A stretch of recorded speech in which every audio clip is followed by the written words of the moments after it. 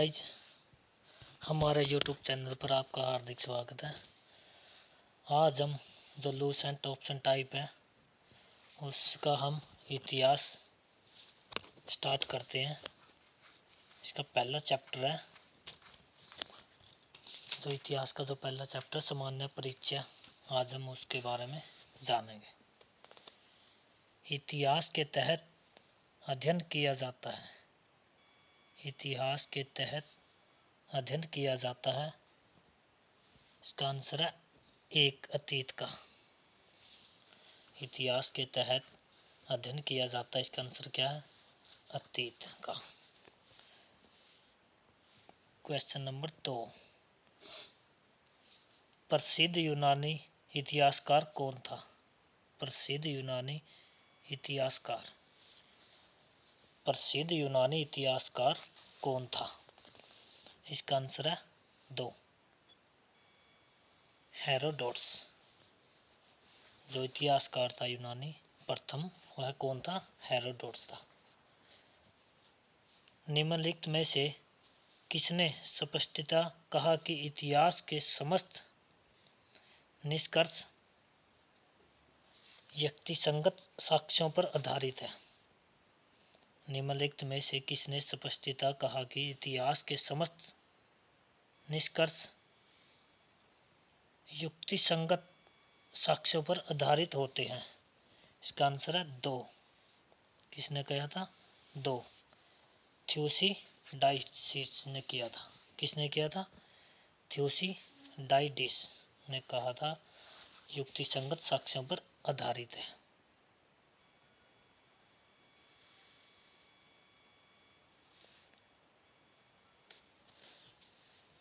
दी history के रचनाकार का नाम है। दी हिस्ट्री के रचनाकार का नाम क्या है? इसका आंसर है ए, हेरोडोटस। इसका आंसर क्या है? हेरोडोटस। क्वेश्चन नंबर 5, इतिहास के पिता,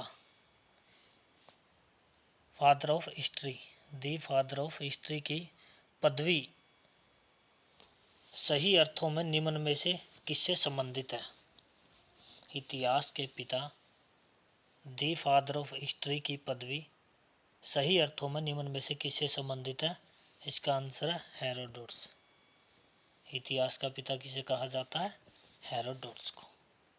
क्वेश्चन नंबर 6, इतिहास अपने को दोहराता है, यह कथन किसका है? इतिहास है जो, हिस्ट्री है जो, अपने को दोहराता है, यह कथन किसका है? इसका आंसर 1, हीगेल। किसका? हीगेल।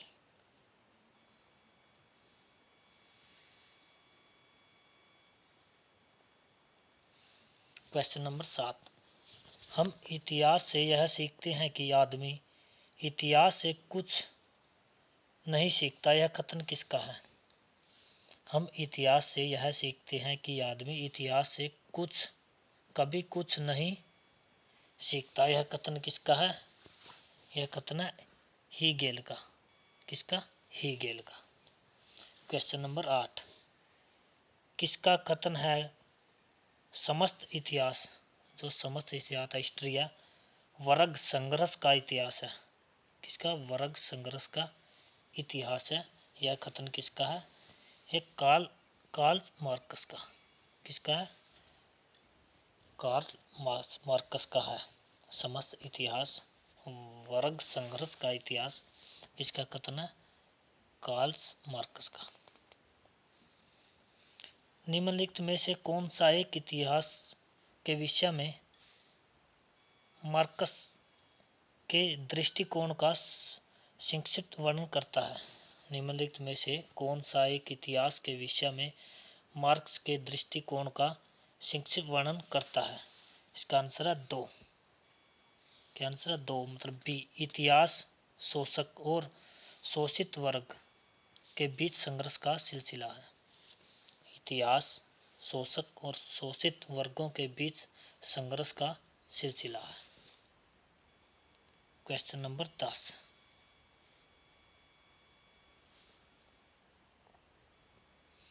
निम्नलिखित में से किसने द्विधात्मक भौतिकवाद के सिद्धांत का प्रतिपादन किया था? द्विभौतिकवाद के सिद्धांत का प्रतिपादन किसने किया था? इसका आंसर 2, मार्कस ने। किसने किया था? मार्कस ने। क्वेश्चन नंबर 11, कार्ल मार्क्स ने वर्ग संघर्ष की प्रतिक्रिया को निम्न में से किस सिद्धांत की मदद से समझाया? इसका आंसर है 4, भौतिकवाद, द्वंद्वात्मक भौतिकवाद। इसका आंसर क्या? द्वंद्वात्मक भौतिकवाद। इतिहास विगत की राजनीतिक है, यह कथन किसका है? इतिहास विगत की राजनीतिक है, यह कथन किसका है? इसका आंसर 3, कार्लायल। किसका है?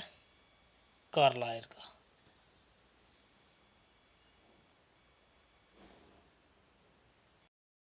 क्वेश्चन नंबर 13, सूची 1 को सूची 2 में सुमेलित कीजिए। सुमेलित करना हमें। इसका आंसर क्या बनेगा? फर्स्ट। पहले का क्या बनेगा? ओक 60 का क्या बनेगा? 3। सच यह है कि इतिहास में अतीत वर्तमान के साथ बदलता है। इसके लेखक कौन है? ओक 60। ट्रेवेलियन क्या कहा? इतिहास का महत्व वैज्ञानिक नहीं है। इतिहास का महत्व वैज्ञानिक नहीं है। किसने कहा? ट्रेवेलियन ने। कोलिंगवुड ने क्या कहा? संपूर्ण इतिहास विचारों का इतिहास है। संपूर्ण इतिहास विचारों का इतिहास है, यह किसने कहा? कोलिंगवुड ने। ब्यूरी ने क्या कहा? इतिहास मात्र एक विज्ञान है, इससे कुछ नहीं और इससे अधिक नहीं। इसका क्या आंसर बनेगा? 1 बनेगा। नेक्स्ट क्वेश्चन, क्वेश्चन नंबर 14, किस इतिहास दर्शन शास्त्र ने कहा समस्त इतिहास समकालीन इतिहास है? समस्त इतिहास समकालीन इतिहास है, यह किसने कहा था? क्वेश्चन नंबर 14 का आंसर है 2, बेनेडिक्टो क्रोचे ने। किसने कहा था? बेनेडिक्टो क्रोचे। इतिहास वर्तमान एवं अतीत के बीच अंतःविहीन वार्ता है, यह कथन किसका है? इतिहास वर्तमान और अतीत के बीच अंतःविहीन वार्ता है, यह किसने कहा था? इसका आंसर है 1, E.H. कार ने। किसने कहा था? E.H. कार ने। क्वेश्चन नंबर 16, तिथियों के साथ प्रयुक्त होने वाले BC किसका संक्षिप्त अक्षर है? तो BC है वह किसका संक्षिप्त अक्षर है, मतलब अर्थ है।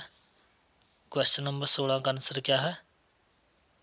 1, बिफोर क्राइस्ट। किसने कहा? Before Christ. क्या बोला है? Before Christ. BC क्या बोलते हैं? Before Christ. Question number 17,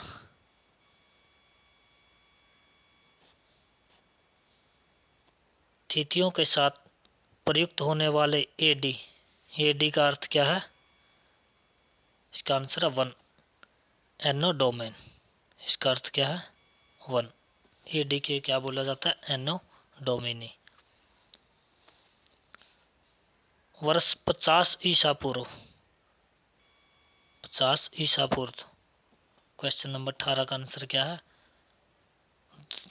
B, वर्ष 150 ईसा पूर्व के बाद आता है। क्वेश्चन नंबर 19, वर्ष 1015 ईस्वी किस शताब्दी में आता है? वर्ष 1015 किस शताब्दी में आता है? इसका आंसर है डी, 11वीं शताब्दी के अंदर आता है।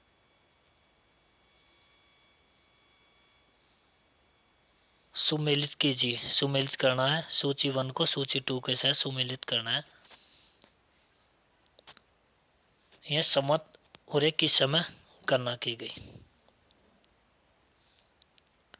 पहले आता है विक्रम संवत, जो विक्रम संवत है, फिर शक संवत, फिर गुप्त संवत आता है। इसका आंसर क्या है? 4। इसका आंसर क्या है? 4। विक्रम संवत कब चलाया था? 58 ईसा पूर्व। जो विक्रम संवत है वो कब चला था? 58 ईसा पूर्व। फिर शक संवत कब चला था? शक संवत था जो 78 ईसा पूर्व ईस्वी के अंदर चला था। शक संवत कब चला था? 78 ईस्वी के अंदर चला था।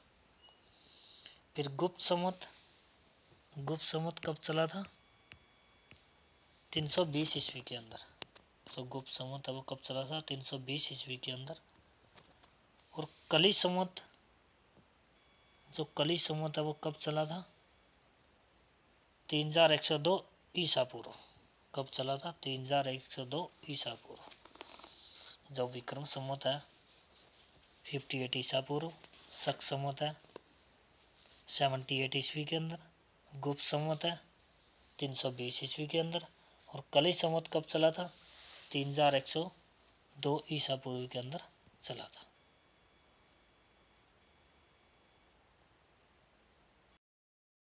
क्वेश्चन नंबर 21, विक्रम संवत प्रारंभ हुआ, जो विक्रम संवत है कब प्रारंभ हुआ था?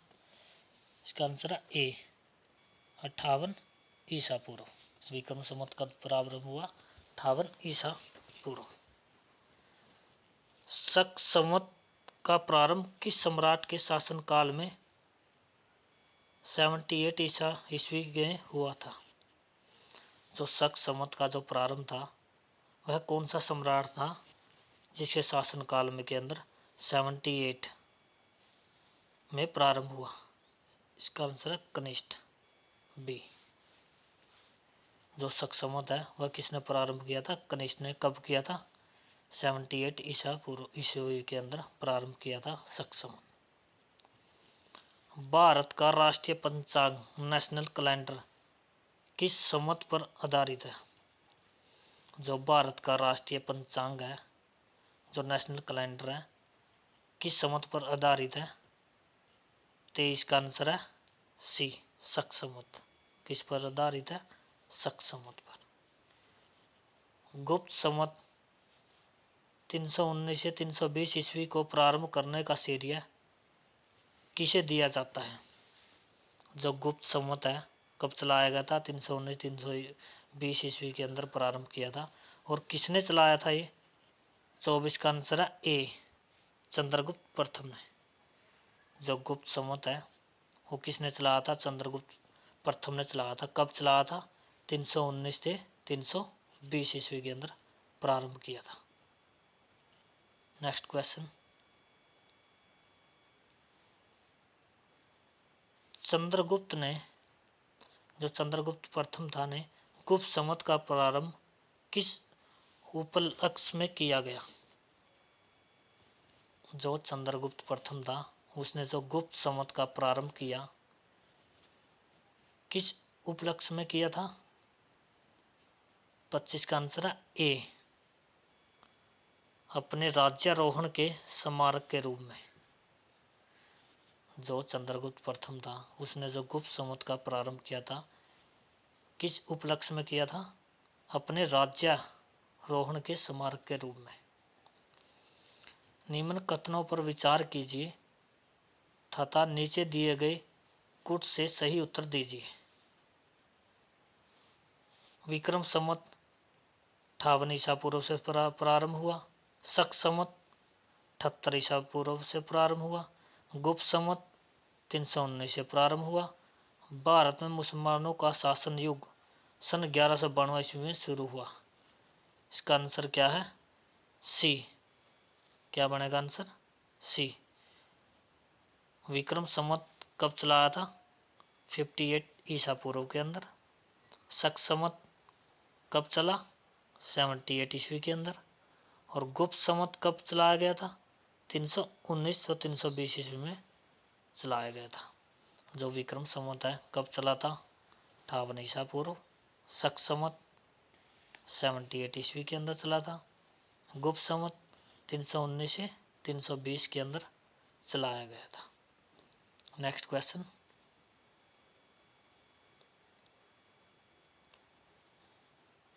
हर्षवर्धन ने 606 ईस्वी में हर्ष संवत की स्थापना किस उपलक्ष्य में की थी? जो हर्षवर्धन था उसने 606 ईस्वी में हर्ष संवत की स्थापना किस उपलक्ष्य में की थी? 27 का आंसर है ए, अपने राज्यारोहण के उपलक्ष्य में। जो हर्षवर्धन था 606 ईस्वी में हर्ष संवत की स्थापना की थी, किस उपलक्ष्य के अंदर की थी? अपने राज्यारोहण के उपलक्ष्य में की थी। निम्नलिखित में से कौन सा संवत जो कलचुरियों द्वारा प्रयुक्त किए जाने के कारण कलचुरी संवत भी कहलाता था? 28 का आंसर क्या है? 3, त्रयकूटक संवत। वह कौन सा संवत था जो कलचुरियों द्वारा प्रयुक्त किए जाने के कारण कलचुरी संवत भी कहा जाता था? इसका आंसर है त्रैकूटक संवत। इसका आंसर क्या है? त्रैकूटक संवत। चालुक्य विक्रम संवत का प्रचलन किसने किया? चालुक्य विक्रम संवत का प्रचलन किसने किया? इसका आंसर है विक्रमादित्य 4। जो चालुक्य विक्रम संवत है जो वो किसने प्रचलन किया था? विक्रमादित्य ने। Next question. Question number 30। निम्नलिखित में से किसे एक नए संवत चलाने का यश प्राप्त है? निम्नलिखित में से किसे एक नए संवत चलाने का यश प्राप्त है? 30 का आंसर है 4, लक्ष्मण सेन। किसे? लक्ष्मण सेन। निम्नलिखित में से कौन सा वर्ष दिसंबर 2009 में शक संवत का वर्ष होगा? निम्नलिखित में से कौन सा वर्ष दिसंबर 2009 में शक संवत का वर्ष होगा? इसका आंसर है ए, 1931। विक्रम संवत 2070 को ईस्वी संवत के रूपांतरण में पर माना होगा। इसका आंसर क्या आएगा? 4। क्या आंसर आएगा? 4, 2013। क्या आएगा? 2013।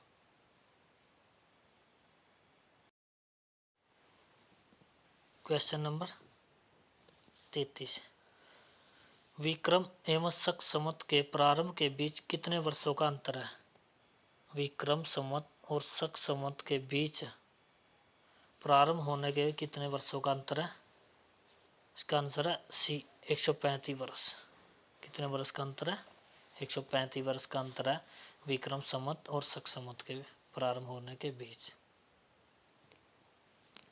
पुलकेशिन फर्स्ट का बादामी शिलालेख शक वर्ष 465 का दिनांकित है। यदि इसे विक्रम संवत में दिनांकित किया हो तो वर्ष होगा।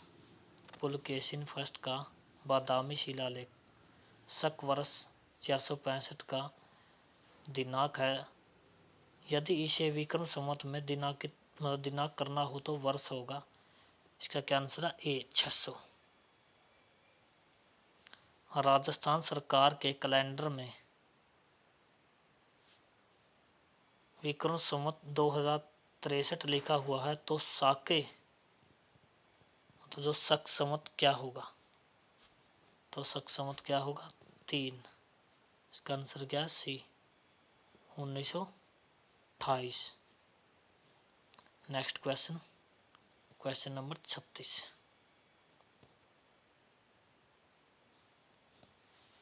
पुरातत्व में सतर विन्यास पद्धति निम्न में से किसको समझाने के लिए प्रयुक्त की जाती है? 36 का आंसर है बी, भौतिक अवशेष के क्रमिक निक्षेप। भौतिक अवशेष के क्रमिक निक्षेप।